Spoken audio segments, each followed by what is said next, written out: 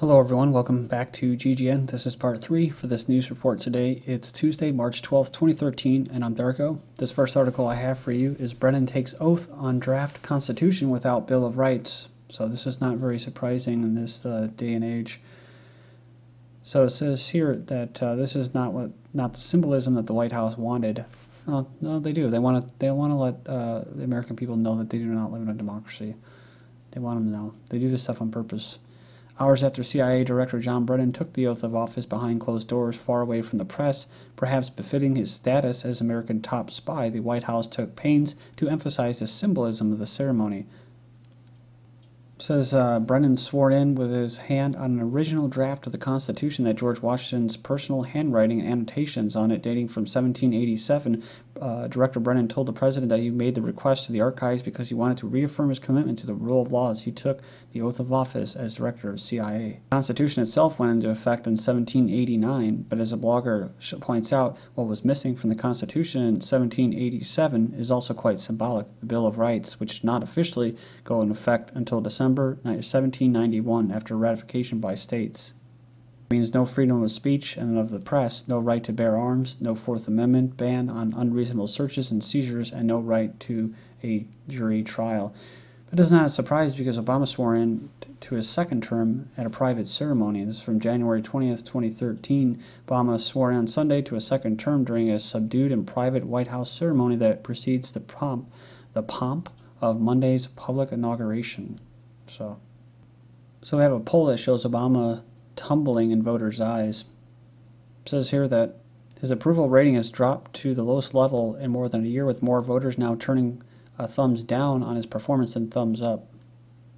Share of homes with guns shows a 4-decade decline. So I don't know. This is kind of some weird propaganda they've been putting out lately. Like this right here, a poll: Americans want background checks for guns and ban on assault weapons. This is completely engineered consent.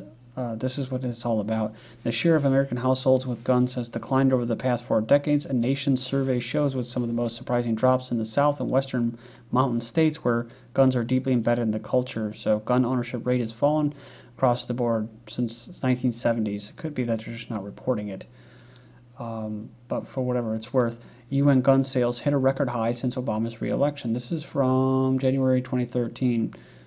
So, yeah, so, I mean, it just doesn't make sense, right? How could there be record gun sales if there's, not that many guns in the house, record low guns in people's hands? That doesn't make any sense. So, fewer Americans than ever trust the U.S. government. In other news, 1.6 billion rounds of ammunition for Homeland Security.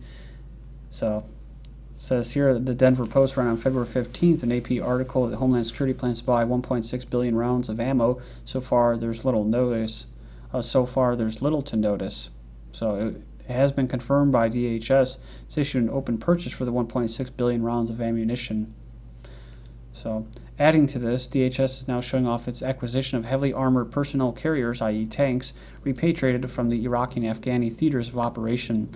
So Cryptogun goes on and says you don't need a weatherman to know which way the wind is blowing.